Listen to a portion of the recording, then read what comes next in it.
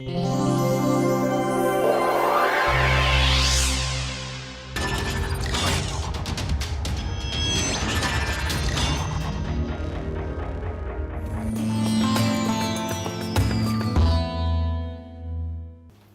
the last class, we had defined a very important parameter which we called as understeer gradient.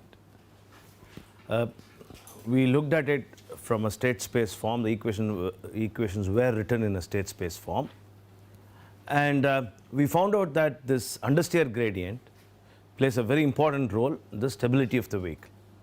In fact, if you go and look at that equation again, we see that BC alpha r minus AC alpha f is the key term, and the whole concept of understeer gradient is based on that particular expression, right? So that's what is going to make it positive, negative, and so on, right?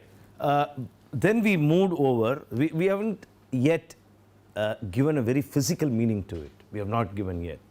We said that that's definitely a parameter which has a problem, or which is going to create a problem on the stability of the vehicle, right?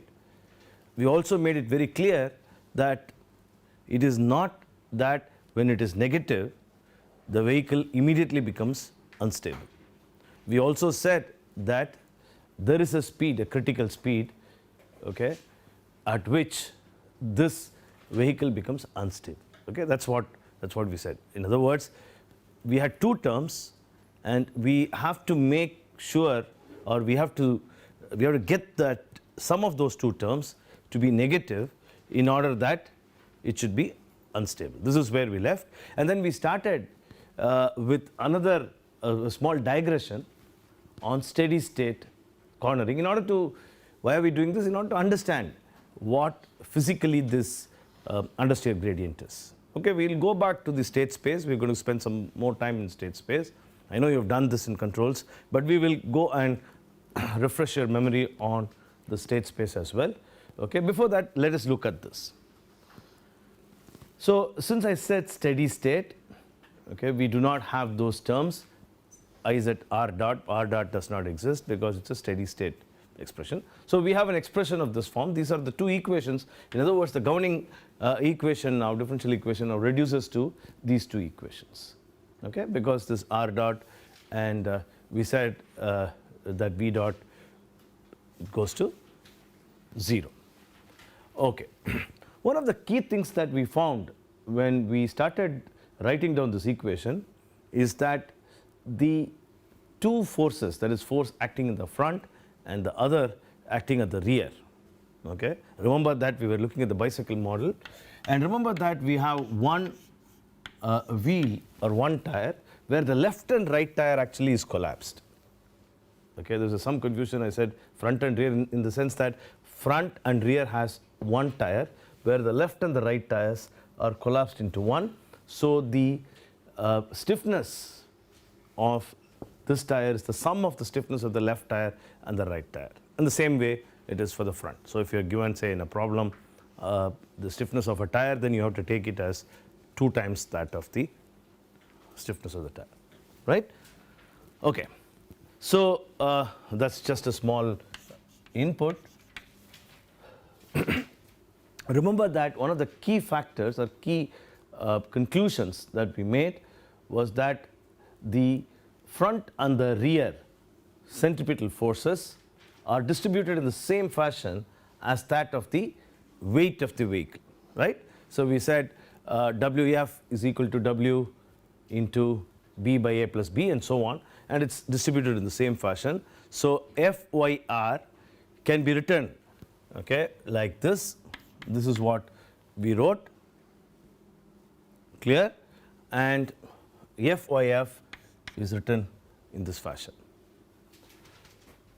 So in other words, mu squared r, that's the term, that's like our W, A by A plus B, and that is equal to B by A plus B.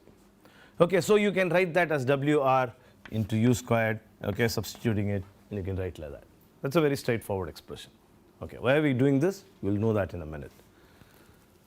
Now, this is also things which we wrote in the beginning of this derivation, that the forces that are acting can be expressed in terms of the stiffness. Okay, so in other words, we are using a linear model for the tire. Right. Now, let us substitute these expressions. Okay, here all these, this 1, let me call that as 1, 2, and 3. Okay, let me substitute that, so that now I will write this as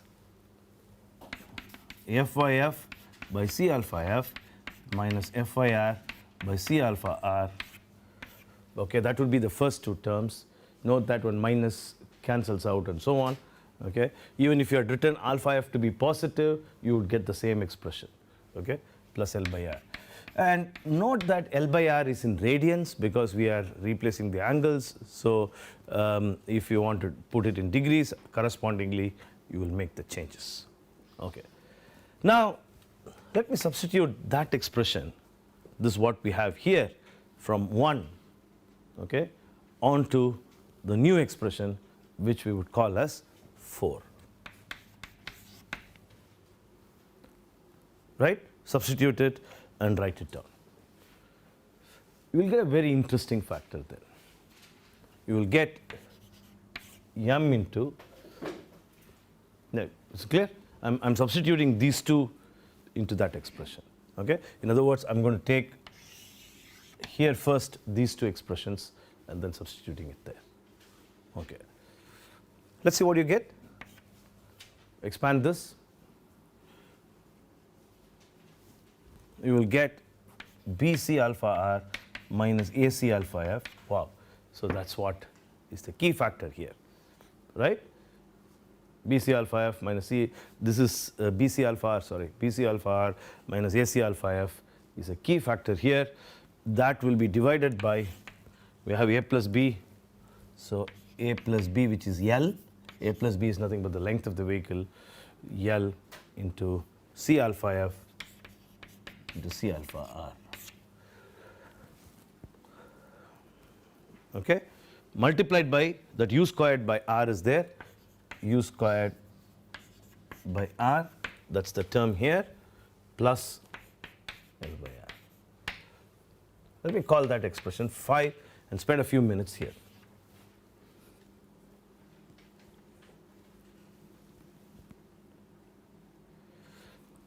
Look at this term here. Let me call that term as K1. Okay. He's a very close relative to K3. Why? It is just removed from K3 by that factor L. Go back and look at that. We had put L squared there, so factor L. Okay? So many people call this as an understeer gradient. Right? Understeer gradient.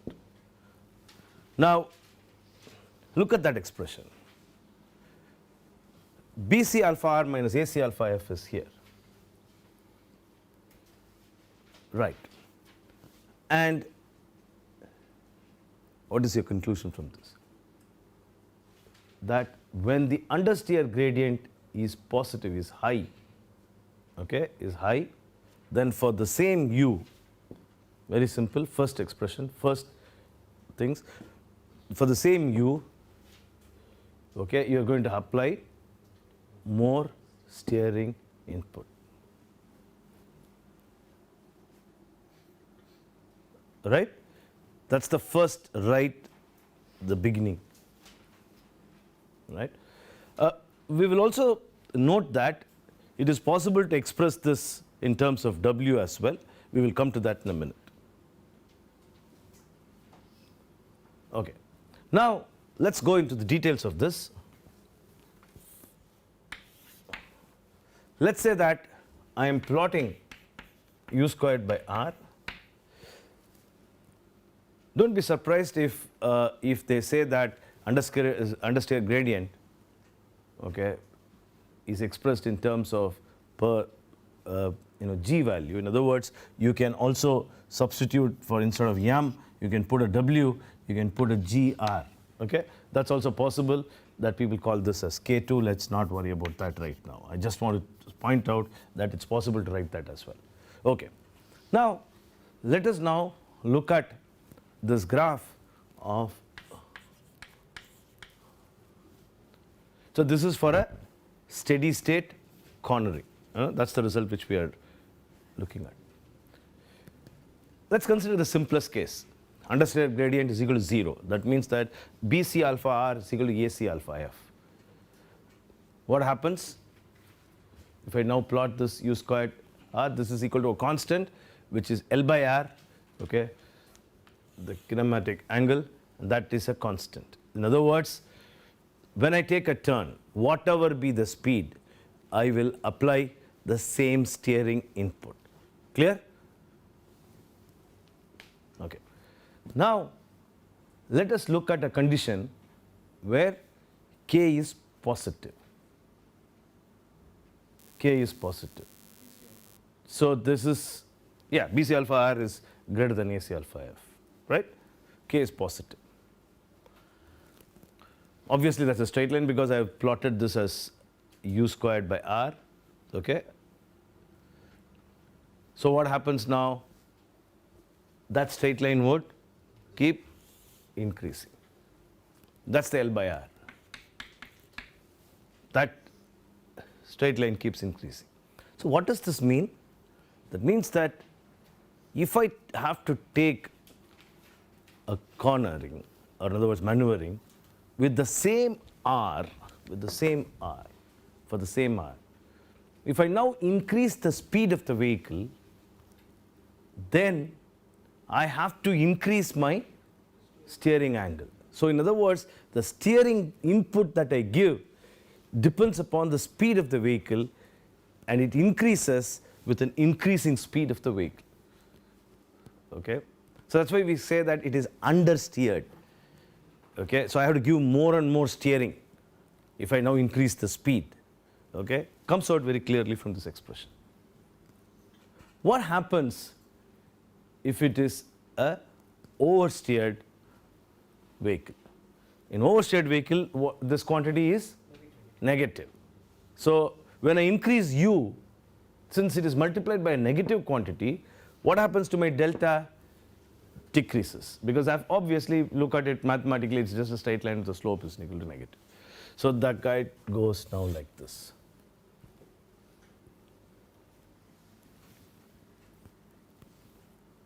Right?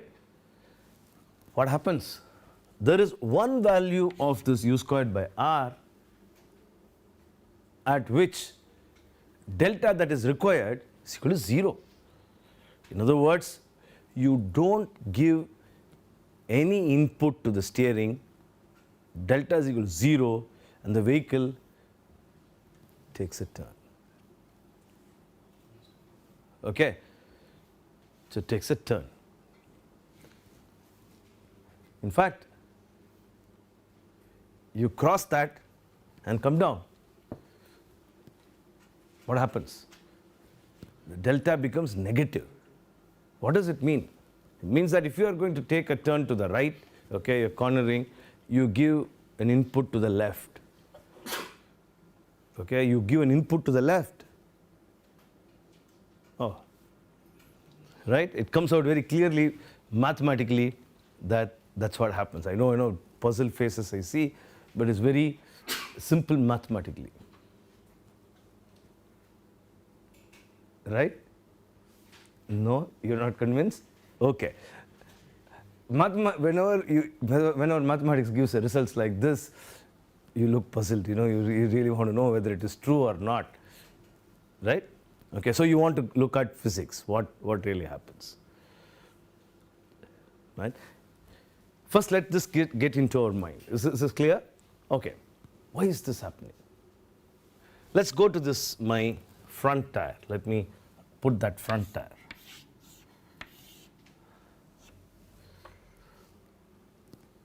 Okay.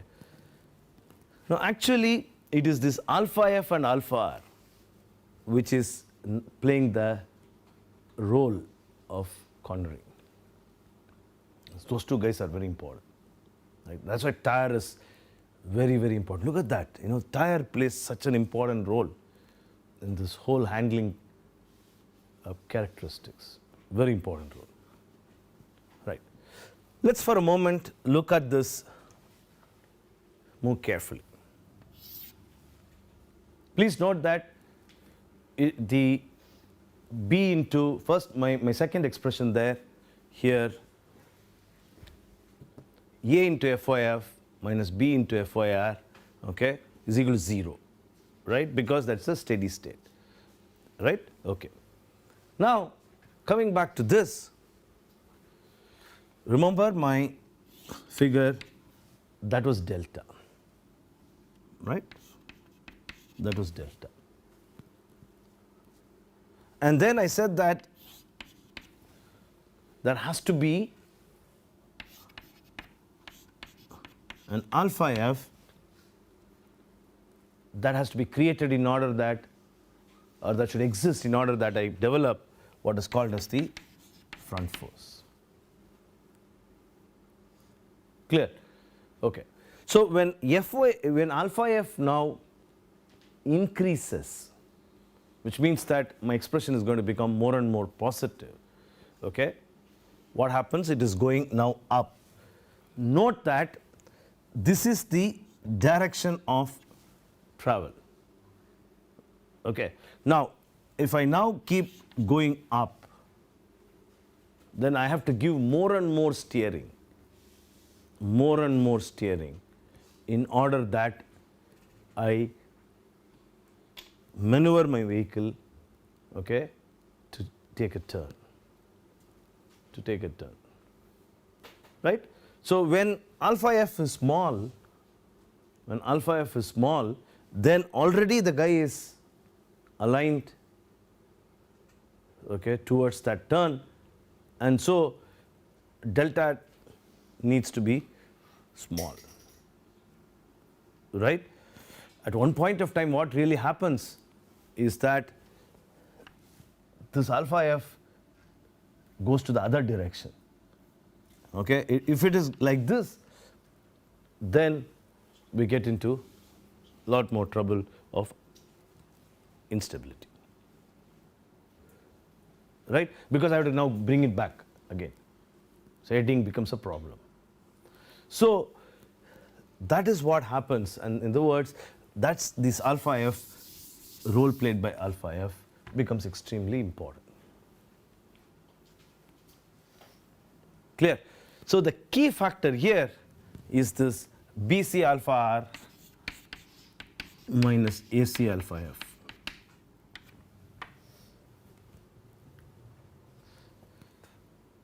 That's a key factor here. Now, what is A and B?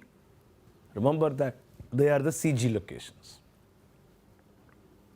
Imagine that, or why imagine? You have so many front wheel driven cars. Most of the cars today are front wheel driven. So in a front wheel driven car, what do you think will be the distribution of A and B? Will A be small or B be small? A will be small. So all front wheel driven cars are understeer cars. So the first factor, right, they will be more towards the understeer vehicle. The first factor that the vehicle manufacturer has to look at is what is this understeer gradient. Okay? Towards the end of this part, we will look at what are the tests that are used in order to determine this. Let's not right now worry about it. But we need to know that understeer gradient, okay, is an important part of the, or important characteristics of vehicle for handling. Do the manufacturers produce an understeered vehicle or an oversteered vehicle? They do not produce an oversteered vehicle. Okay? Basically because the worry is it can become unstable. It's very difficult to handle. Sometimes it can become counterintuitive. So all vehicles are understeered vehicles. They are not oversteered vehicles. Okay? Please note they are not oversteered. They are all understeered vehicles. Now the question is how much understeer it can be. Okay? That's the important question. If it is, I want to be very safe and I want it to be highly understeered, then tomorrow the newspapers or the magazines which does a review with your vehicle will say that this car is a damn squib, it doesn't just turn. Okay, you need to apply so much of steering for this vehicle to turn, the response is very bad, and blah blah blah blah. You are in trouble. So I can't have so much of understeer that the guy who is going to drive the vehicle, he keeps on steering, right? So that's a problem. It can't be an oversteer. It is just above the neutral steer. Okay, why is that people do not look at neutral steer? Basically because, look at that quantity, it is BC, alpha R and alpha F. Alpha F and alpha R, what are they? They are the lateral slip stiffness, as it is called. Okay, lateral slip, because lateral slip angle, lateral force versus slip angle, slope of that curve, so lateral slip stiffness. It depends upon so many factors, you know, it's a tire, so many factors. And it depends upon the inflation pressure. If you're not maintaining an inflation pressure, definitely your handling characteristics will be affected. Okay? Depending upon what is the inflation pressure, how that varies and so on, that will get affected.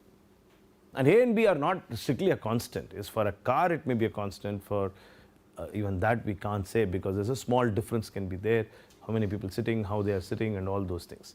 Okay? But for a truck definitely, for a bus definitely it has an effect. Okay? So it can't be straight away a neutral steer, so it will be slightly understeer. Okay? So that's the importance of understeer gradient. It becomes extremely important also in rear engine cars, rear engine vehicles. Many of the buses are rear engine buses, so then you have to be very careful in looking at this quantity. Right? So because it's a bus may not have that much effect, because the passengers can be distributed and so on. But for a car, rear engine car, it becomes, many of the electric vehicles, for example, or small cars, very small cars, okay, are rear engine cars, in which case, okay, you will get this vehicle to be oversteered, and hence, that will be a problem. Then it comes to the fact that what happens to a Formula 1 car? Formula 1 car, the driver just doesn't have the time, okay, to corner. No, he can't give so much of input, steering input, in order that he corners the vehicle. So he would prefer it to be oversteered. Okay. Yes, this is important, but these people are very well trained drivers, so they know how to handle it, and so the vehicle will become an oversteered vehicle. One of the interesting factors in India, especially in the truck market, is that they mix the tires, or in other words, they mix the radial tires with bias tires. Many times they use the bias tires in the front, the radial tires at the rear, and so on. Okay? That will affect the handling characteristics of the vehicle, because usually the radial tires have 2 times more lateral stiffness than the bias tires, and so mixing this is going to have an effect because of that factor. That can be a huge factor when it comes to the mixing. Okay. Fortunately, they have a radial at the rear and a bias at the front. Okay. So the factor actually increases, so it's not a problem. But if it's the other way, then you will get into trouble. So it's better that when you mix it, you be aware that it will affect the handling characteristics. Of course, cars, no one uses bias tires, so it doesn't matter. But for trucks in India, especially, because about only 20 to 22% of the tires are only radial tires yet. In fact, some of the survey one of my students did, we found that only about 6% of the trucks which he inspected recently, they have radial in the front. The rest of them have only bias. So it's very important that we understand this factor. Yes. In case of a tractor trailer, how do you actually decide these things? Because when you're loading and unloading, there's a huge difference in the Yes, of course. So that's why I said this would vary. Okay, when it varies, so you have to know the limits and accordingly adjust that. So it's not one factor. Okay, that's why the handling characteristics depend upon the load, how it's placed, and all those things will have an effect. Okay, so that's important. Right. So that's the key factor on understeer gradient. So as I said, the way it is defined is different. Okay, you can define this like in W and G out and so on. So be careful when someone tells you a value. Okay, we'll do some problems later. You have to be careful and ask him what exactly is your definition. Okay, I have got into trouble like that before. So you have to clearly know how someone defines the understeer, okay, gradient. What is the formula he is using? So it can be K1 or it can be K2. For example, you can put W here and take this G out and then write this whole thing. Now delta is equal to, let me call that as K2 in that case, K2 into AY plus L by R, where AY is the lateral stiffness, okay, expressed in terms of G. In terms of G. So radians per G is what you would say is the unit. Okay? So you have to be careful as to how you are writing that. Clear? The questions? Actually, user controls both steering and longitudinal velocity. Of course, very important that user controls this. That's why he has to give an input. User controls that. But this factor is not controlled by him. Okay? This factor is not controlled by him. That is the whole thing. So when he presses his accelerator, in other words, which I shouldn't say because we are looking at steady state. Okay? So when the velocities are high, okay, his steering input has to be higher. Okay? In other words, you take a turn at 40 kilometers per hour or take a turn at 80 kilometers per hour, your delta is different, is a factor which is very important to understand. Okay. So note that the problem also is that when you increase the speed, what happens to delta? It increases. That means that much amount of steering input you have to give. So that is the time that you have to also consider when you look at understeer gradient. Clear? Okay. Sir, is that yaw center always be in that center of the... Yeah, because this our whole note that's how we had defined this whole model. Okay, so center of gravity location is the body centered coordinates. We have placed it at the center of gravity location, right? While we seeing the direction stability, the yaw center is at the front axle. The front axle. And this is Which the is? bit of front axle. While we studied that direction stability. No. There we were just looking at the forces. We did not write down the equations. We are just looking at forces. Okay. Here we have put a coordinate system and we are looking at the equations based on this coordinate systems. Okay. Yeah. Fine. Now we'll digress a bit. We will look at state space technique. Okay. Remember that we had expressed before we went into this expressions on steady state. We were looking at the stability, okay, from the state space perspective as well. Or in other words, we were writing it before we went into the stability in terms of state space. Remember that we had written this as what is the state vector? V and R. Remember that we had written it in terms of V dot R dot is equal to A into VR, okay, plus some B into U. B is AC alpha F by M, C alpha F by M and AC alpha F by I and so on, okay.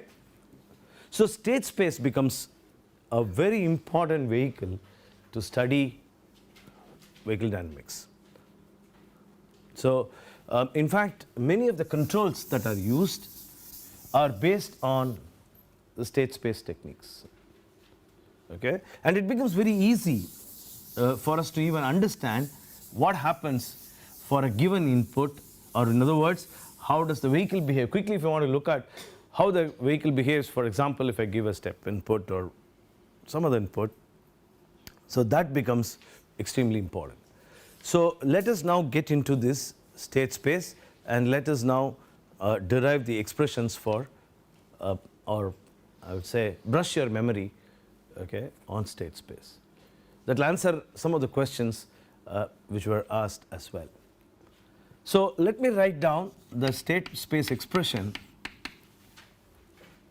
as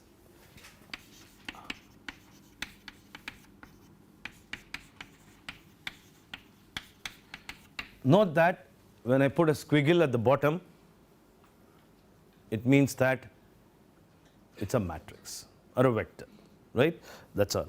Remember that B, for example, we just now said B is C alpha F by M, and so in other words, remember that B is C alpha F by M, AC alpha F by I. I is what we mean by I, Z, Z, because we removed that, okay, and U is nothing but the delta.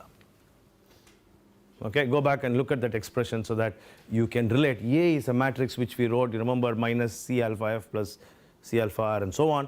Okay, that's the expression for A. So in other words, I am just abstracting that expression and writing down this form. So what's the first step now? The first step is to take the Laplace transform of this expression. Okay, so taking the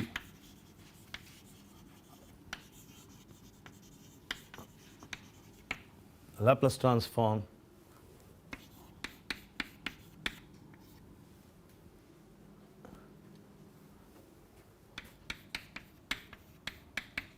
so we are looking at a linear time invariant system, so A stays as it is.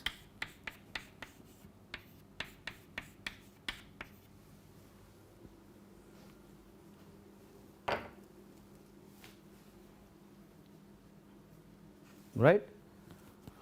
Okay. So Si minus A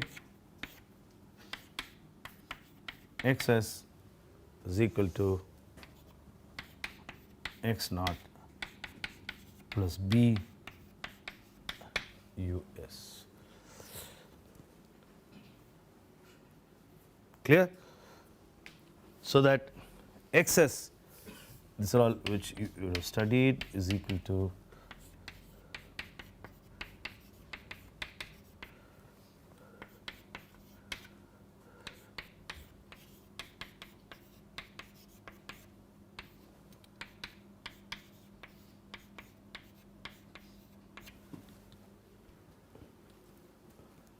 clear?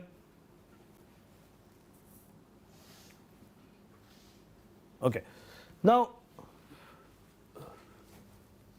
in the same way as we give in the traditional control system space, let us name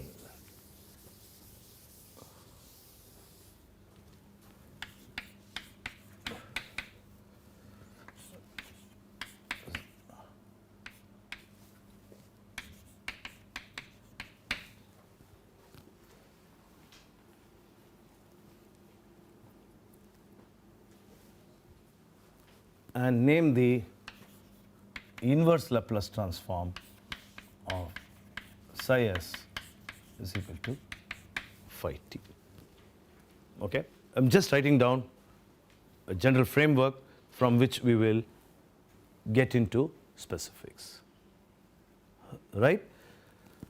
From which I can write down the expression for the xt, okay? Just taking the inverse Laplace transform of 1, we can write down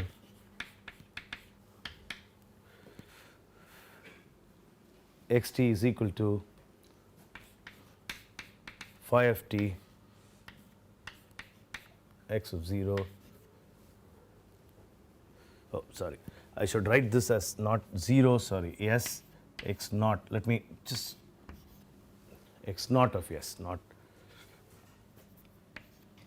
x naught, okay? That is x at t is equal to 0. That's the input. So let me leave it as x naught, okay? X at t is equal to 0. That's what is meant by x naught. That is the initial condition, right? Okay? So I can write it as x naught or xs, but as long as you understand it, that's fine.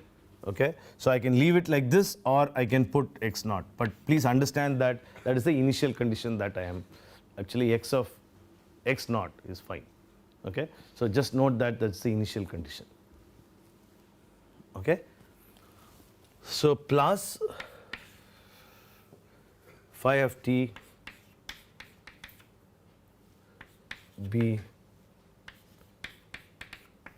u of t. Okay. Now we will develop what can be the expression for psi of s or phi of and a phi of t as well. Right? Let's develop that expression. So how do you develop this expression? Is this okay?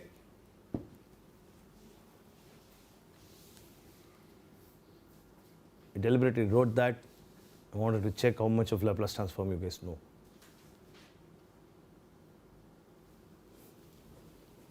Is that okay? That's a linear system. Is that okay? What is the Laplace transform of multiplication?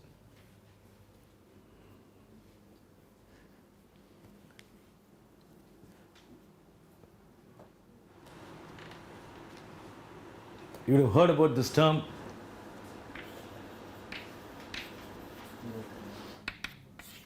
Convolution. Yes. You would have seen in your earlier classes that convolution is given by a star. Okay. So if I say phi of, let's say phi 1 of t convolution phi 2 of t, we will see in a minute what it is. A Laplace transform of the convolution term is equal to, in the Laplace domain, the convolution becomes a multiplication, right? So that would become s into phi 2 of s, right? So what is this term now? B is a constant, of course. So it is a psi of s when I put, okay, this is a multiplication. So what should I get here? I should get a convolution. Okay, I should get a convolution. Right? So be very careful when you write Laplace transform. Okay? So many people would leave out this term x of 0. Okay? Let me call that as x of 0. I am very comfortable with that. So x of 0, that's the, so that x0 of s is not there, x of 0. Okay, many people leave this out. When I say Laplace transform, immediately x dot, I know x dot is equal to s of x, x of s. There is one more term. Like that, you just can't, blindly write it like this, and you have to look at when it's a multiplication, you have to write down, okay, the convolution term. How do you write the convolution term? 0 to t phi of t minus tau b u tau d tau. That's the convolution term. So that is the inverse Laplace transform. Okay? I will not say this again, and you have to make sure that you remember this. Right. So now we will develop a specific.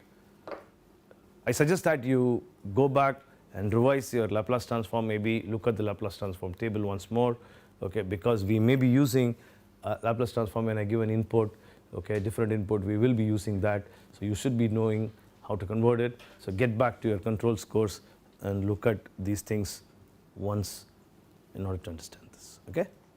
Right. So I want to develop this, and let me look at a simple a differential equation, or ODE, which is the first order differential equation, and write down that expression. So x dot of t is equal to a of xt with an initial condition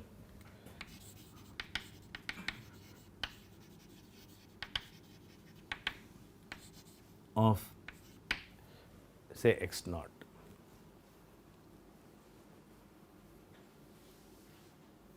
What's the solution for this equation? X of t e power a t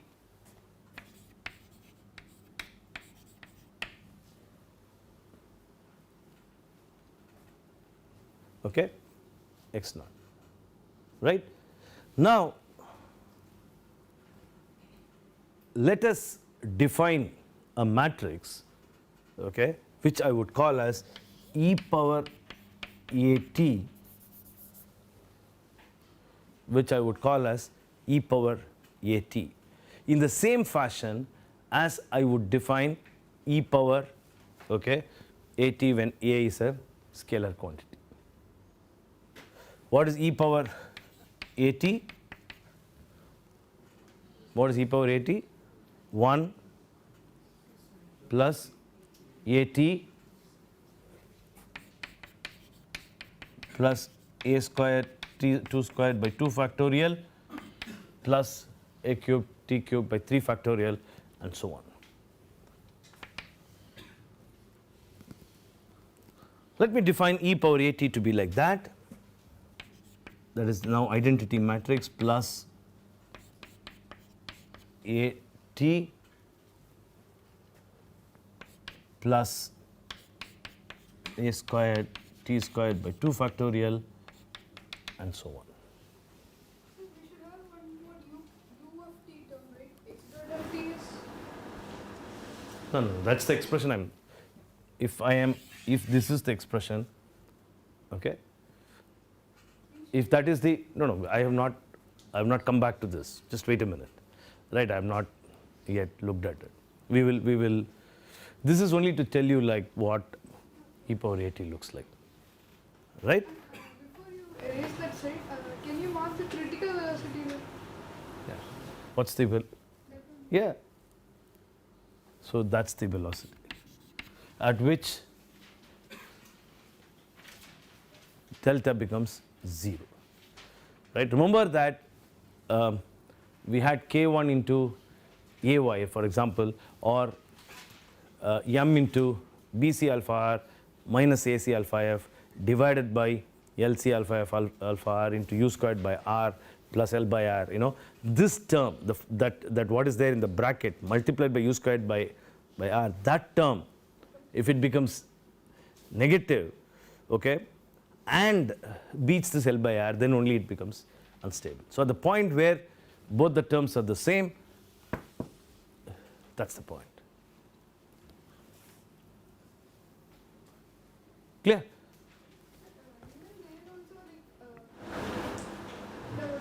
After negative part, I am able to understand. But that part, that means you are going on a straight road.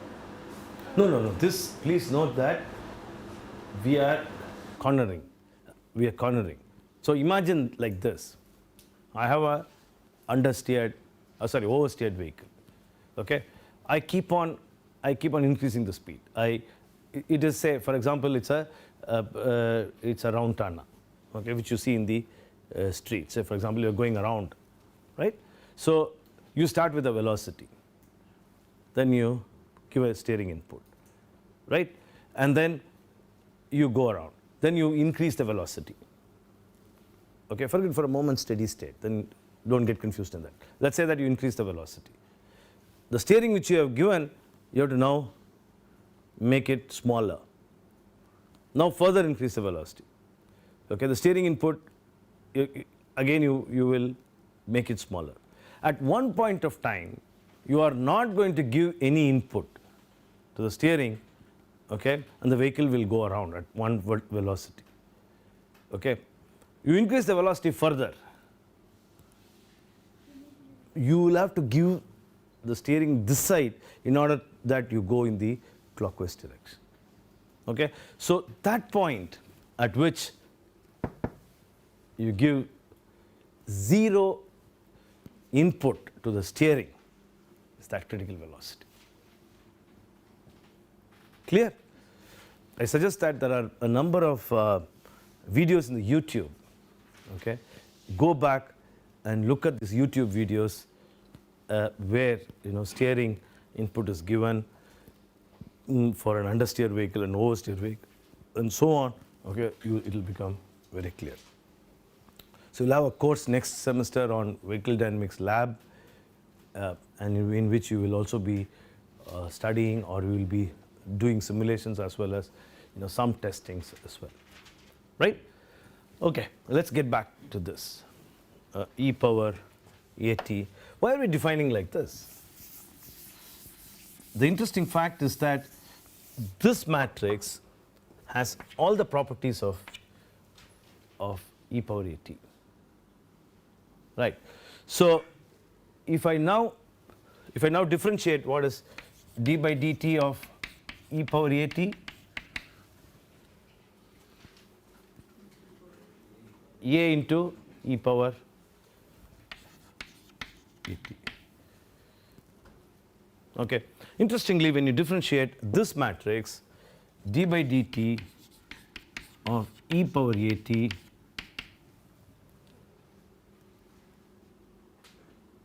is equal to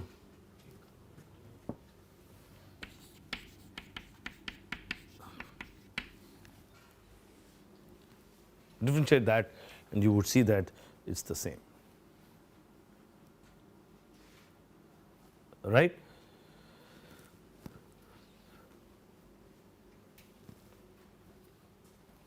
Okay, so we are going to use this fact, okay, in order to understand what can be the expression for psi f s. And also the fact that e power at, the inverse of the e power at, is equal to e power minus at. Right? We're going to use that.